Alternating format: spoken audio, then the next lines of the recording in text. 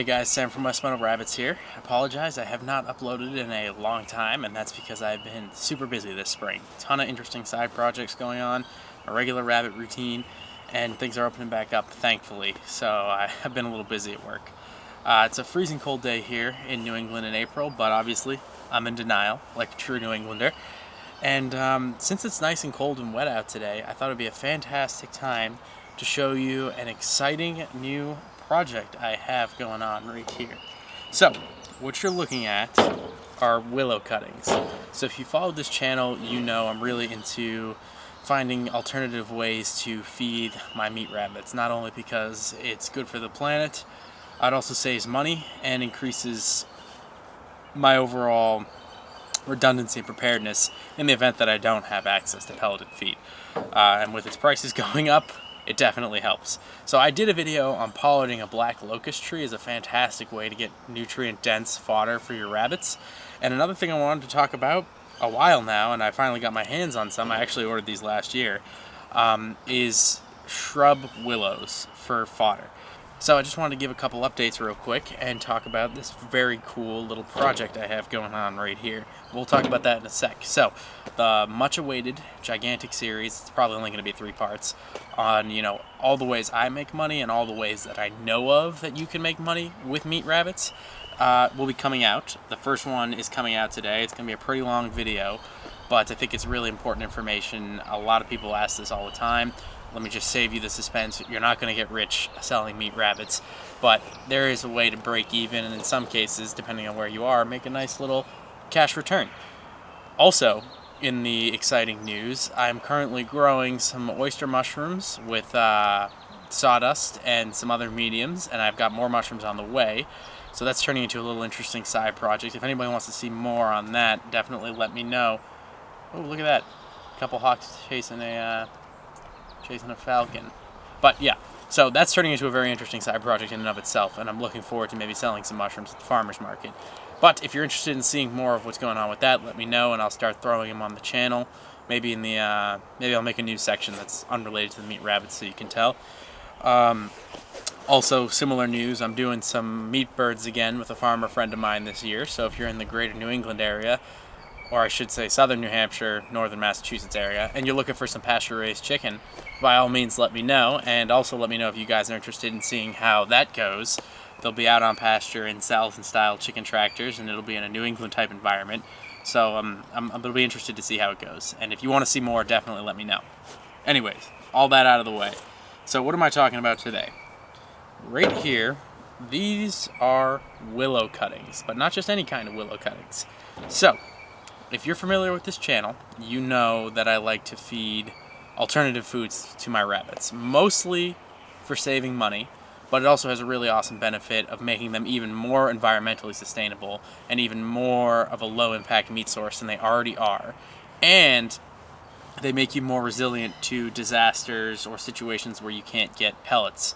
I did a video on pollarding a black locust tree to produce a ton of shoots, which make fantastic fodder. And I also have a video on just feeding rabbits naturally in general. And I'll link to those at the end of this video if you want to check those out. So this is part of that strategy. Now these I actually ordered last fall. They don't ship them until they're dormant, like most trees.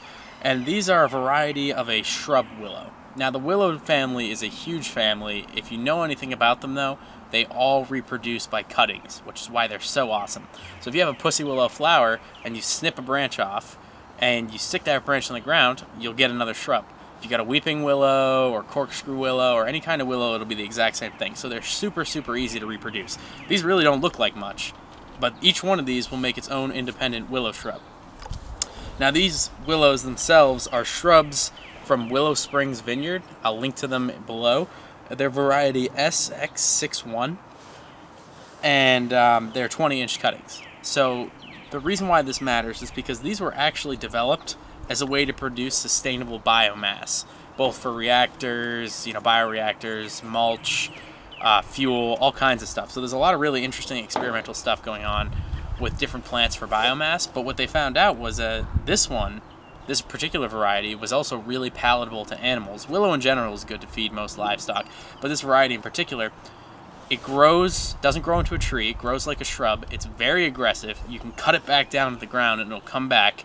So it's a really fantastic, aggressive growing plant that is perfect for what we're looking for in a fodder plant. Now, full disclosure, this was not my idea. I did not discover this. I got it from a really interesting book about different ways of feeding rabbits naturally. Can't remember the name right now. I'll put it down below. And they actually recommended Willow Spring Vineyard. And I'm really happy with everything they did.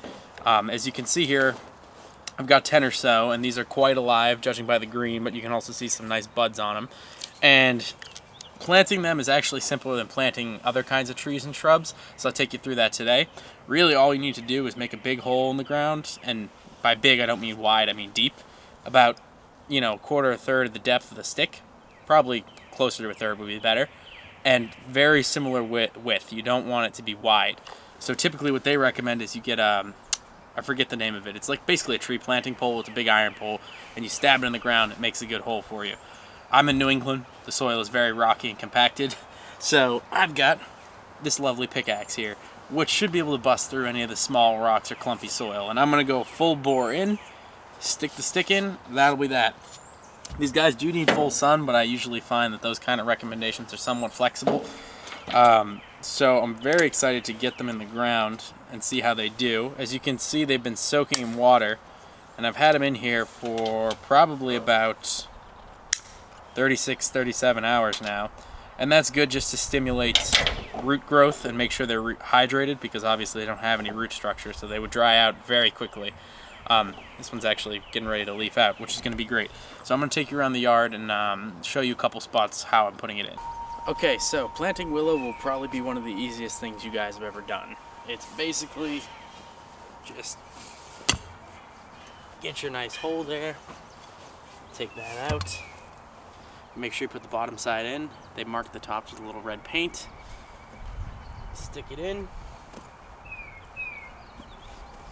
compact it a little bit, and you're good to go.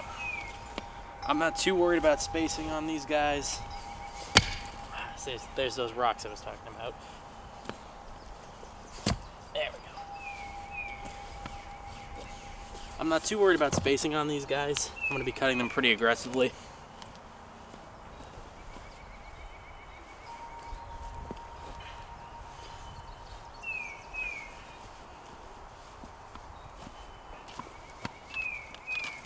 Side note, check out these awesome buds on this hazelnut bush. If we can get it to focus. Check out these awesome buds on this hazelnut bush that I got from the Arbor Day.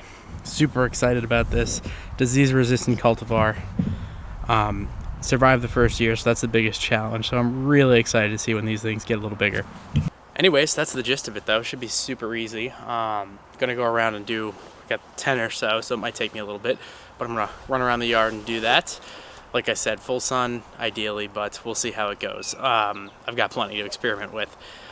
So keep your eyes out tonight. This video should be coming out around the same time as part 1 of the Meat Rabbit Money series.